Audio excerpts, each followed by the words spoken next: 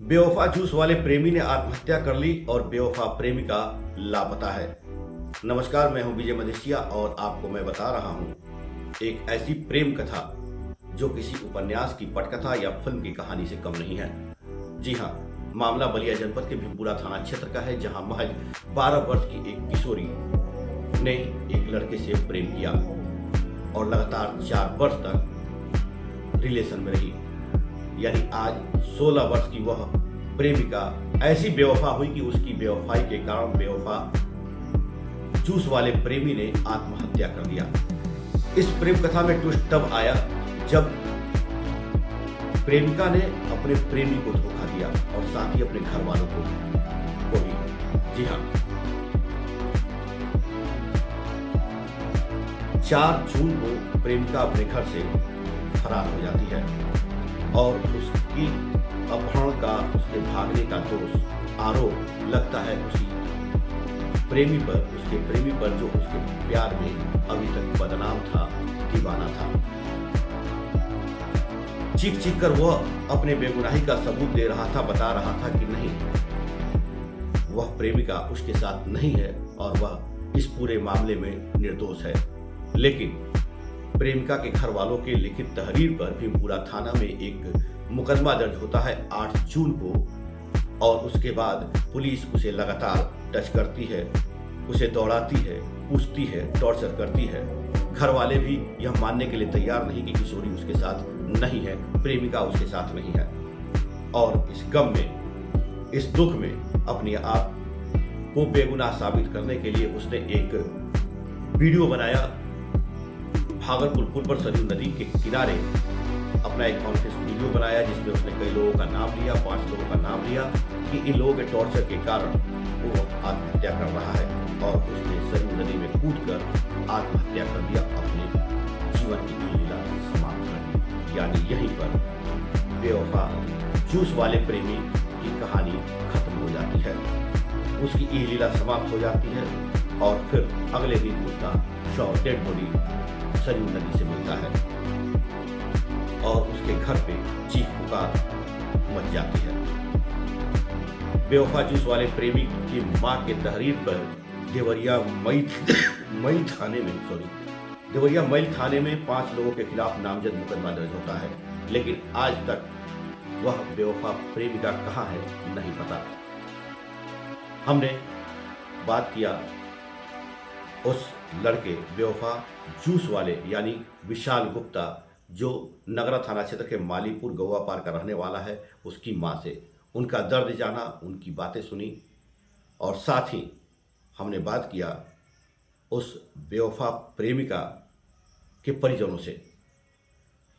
अभी तक यह रहस्य बना हुआ है कि बेवफा प्रेमिका जो मात्र 16 साल की है कहाँ है, किस हालात में है। उसने सचमुच विशाल गुप्ता को धोखा दिया या उसके साथ भी कोई अपराध हुआ, यह भी रहस्य है। पुलिस इसका खुलासा करेगी, जांच चल रही है। मामले में कई मोड़ हो सकते हैं और कई एंगल से इस मामले को देखा जा रहा है। यह सारा रहस्य तभी खुलेगा जब वह बेवफा प्रेमिका कही जा रही किशोरी सामने आएगी। लेकिन हो सकता है कि उसके साथ भी कोई अपराध हुआ हो, वह खुद भागी हो या फिर किसी के चंगुल में फंसी हो।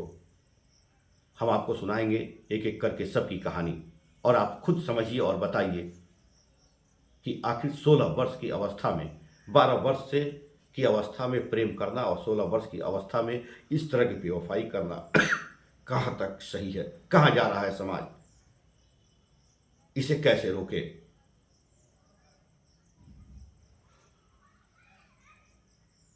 बहुत बहुत धन्यवाद। फिर हम लोग मिलेंगे एक दूसरे कहानी के साथ, दूसरी कड़ी के साथ।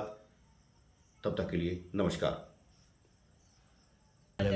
उसको चाहते हैं कि कड़ी से कड़ी सजा चाहिए हमको। मान लीजिए कि आज तो हमारे लड़का के साथ किया है, कल किसी और लड़के के साथ करेगी ना, उसको कड़ी से कड़ी सजा चाहिए हमको।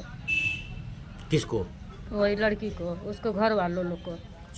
इस पे जो भी किया है वो गलत किया है, क्योंकि उसको मैं बेटा तमाम मानते थे, उसको भी जानते थे और अपने लड़की को भी जानते थे। 4 साल से और 4 तारीख ले मैं अपने बच्ची को और वो लड़कों के देखे हैं जाने हैं, ठीक है। फिर वो आया मेरे दुकान पे 4 तारीख को आया था। उसी टाइम मोबाइल लेने के लिए 1 बजे लगभग 1 बजे करीब में 1:15 बजे करीब में यही आया था। 4 तारीख को 1:30 बज गया था। 4 साल से मैं जाने की दोनों इन लोग में बहुत गहरा प्रेम है। भगवान करे कि इन लोग की उम्र लगा दे, इन लोग के शादी ब्याह खुशी खुशी कर दे और मैं इससे आज़ाद हो जाऊं। मैं क्योंकि कोई हम गलत नहीं शब्द बोलेंगे। आखिरी सवाल ये उस दिन सुन लीजिए सर, मैं उस दिन पटाए हैं इसी वास्ते। 4 दिन हम वो लड़का को अपने पास बुला रहे थे कि बाबू तू आज हमारे पास। ये हम थाना में तब जाएंगे जब तक हमारी लड़की दोगे ना, तो हम थाना हम बोले भी हैं कि अब देखो थोड़ा सा धमकाए हम कि देखो बाबू नहीं आओगे ना तब मैं थाना में ले जाऊंगी। तो नहीं सुना। मैं उसको प्यार करते थे, अच्छे तरह से मानते थे। वो लड़का अपना हर कंडीशन हमसे बताता था। सर कहीं लफड़ा झगड़ा, कहीं मार पिटैया चाहे कुछ भी होता है ना, तो सब कुछ बताता था वो लड़का मेरे को। मैं माँ नहीं परहेज कर लेते, सब गलत कि बाबू ये तरह मत किया करो, अकेले अपने माँ बाप को हो। मगर उनके माँ गलत इल्जाम ठोक रही हैं। उनकी माँ एक बात ये भी कह रही हैं, जो भी गलत बोल रही हैं ये हमारे प्रति जो भी गलत बोल रही है, एक बार अपने हृदय से सोच के बोले। उसकी माँ की बताओ, बेटा या औलाद पैदा करते हैं वो उनका कलेजा नहीं कांपता है। मैं उस लड़के को, उनकी लड़का का मेरा हृदय कांपता है। मेरे सपने में आते हैं, मेरे को कितना तकलीफ है। मगर मेरी बेटी को भी नहीं यही तकलीफ है कि मेरी बेटी गई तो कहाँ गई। दोनों मर जाते तो मेरे को परहेज हो जाता, मगर वो कहाँ गई, किस हालत में क्या है, ये लड़का को मेरा तकलीफ मारता है। ये कितना सही है कि आपके घर का खर्चा विशाल चलाता था? ये सब कुछ झूठ है। ये चलिए, सब बातें नहीं कीजिए, ये सब बातें मत कीजिए। मैं जब ये सब घर वालों का आरोप है कि जो कमाई करता था उसके घर पे खर्चा चलाता था। नहीं, विशाल की मम्मी जो भी बोल रही हैं, जो कह रही हैं, ये सब झूठ बोल रही हैं। क्योंकि देखो माँ है और जो भी सच्चाई है, कहता है कि सच्चाई कभी छुपती नहीं है। लाख कोई कितना भी करे, कहता है कि वो जो है वो चोरी करता है, 100 बार चोरी करेगा, एक दिन पकड़ा जाता था। उसी तरह ये जो विशाल की मम्मी और विशाल की बहन जो भी घर की फैमिलियाँ हैं, वो जितना बोल रही हैं सब आरोप झूठ हुआ है। आपकी लड़की उनके घर जाती थी? हाँ, उसकी मम्मी वो खुद बताई हैं हमसे, उनकी मम्मी की। विशाल अभी जिस दिन लड़की गायब किया था उसके 2 दिन पहले बताई थी कि तुम्हारी लड़की, हमारा लड़का तबीयत खराब होती थी तो आ जाती थी, मिलने थी।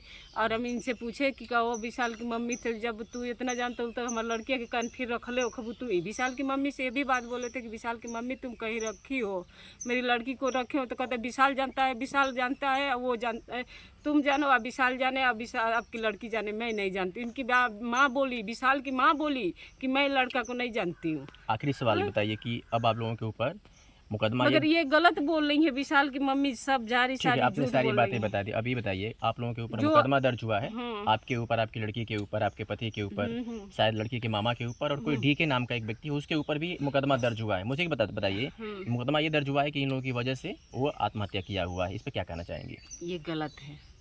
वो लड़का को ये सब चीज़ गलत थे।